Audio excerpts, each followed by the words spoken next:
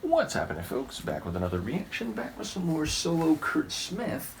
And thank you again to Kim for providing Deceptively Heavy 2013. And as Kim correctly and admirably said in her comment for the first reaction to this album, I will go through his earlier albums. We just started here, so yes. But the next tune on the album is Suffer the Silence, which there's an alliteration or an alliterative quality to the title. Of course, it is also sonic. You can hear silence. Certainly, I am one of those people who, when there's absolute silence, it makes me feel a bit uncomfortable. So the idea of suffering the silence is a phrase which makes very intuitive sense to me.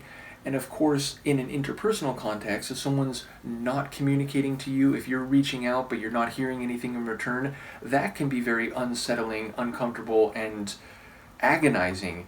So I could imagine any number of scenarios in which this phrase would make sense. But yeah, there's a poetry to it, and I do wonder what Curt will be saying about it. Let's give it a listen while I try very carefully not to touch Luca's feet with my chair. This is Curt Smith. The song is Suffer the Silence, and it's from his 2013 album, Deceptively Heavy.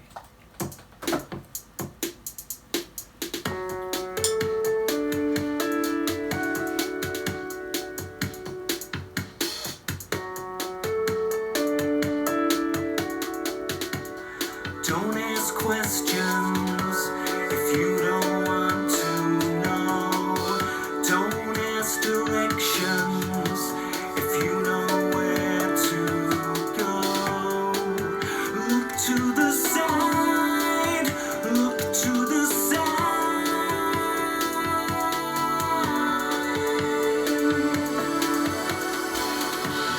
Fight on flying, we aim to live and learn.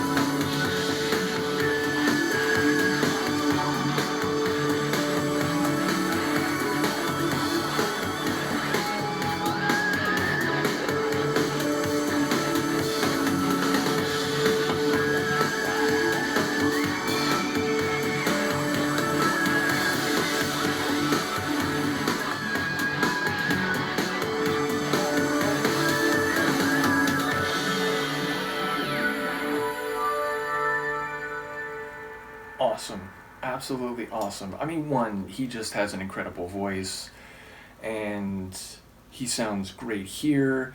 There's a really interesting sonic dynamic where a lot of the track feels very uplifting and melodic. It reminded me of a Keen song, and I assure you that's a very positive association because I really do enjoy Keen's music and their production on their songs.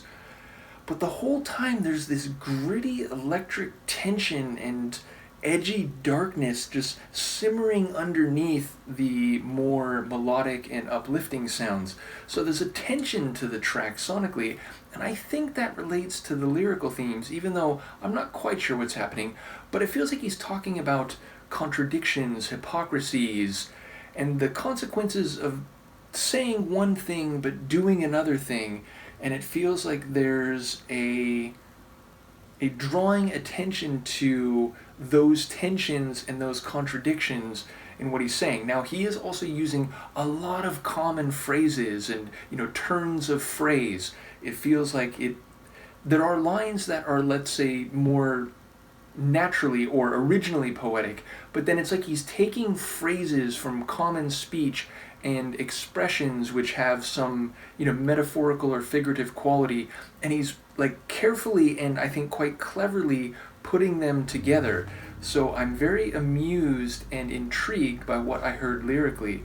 But yeah, as far as I can tell, it was like he was saying, don't ask for directions if you know where you're going, and like a number of phrases like that where he's pointing out the at odds nature of what has been said or done in relation to supposedly what someone's mindset or attitude or viewpoint is. So I was really intrigued by that. I look forward to any people who may have insight. Big shout out to Kim, always with the great comments about lyrics. And yes, I really am enjoying, it's only 2 songs in, so small sample size, but I'm loving this solo material. And as I said, from the very earliest experiences I had with Tears for Fears, and of course in the last few years going through their music on songs where Curt sings, I find his voice to be very, very pleasing and impressive how great it's continued to be into recent times. So yes, ultimately a very cool tune. Let me know what you think, and I will see you next time. Peace.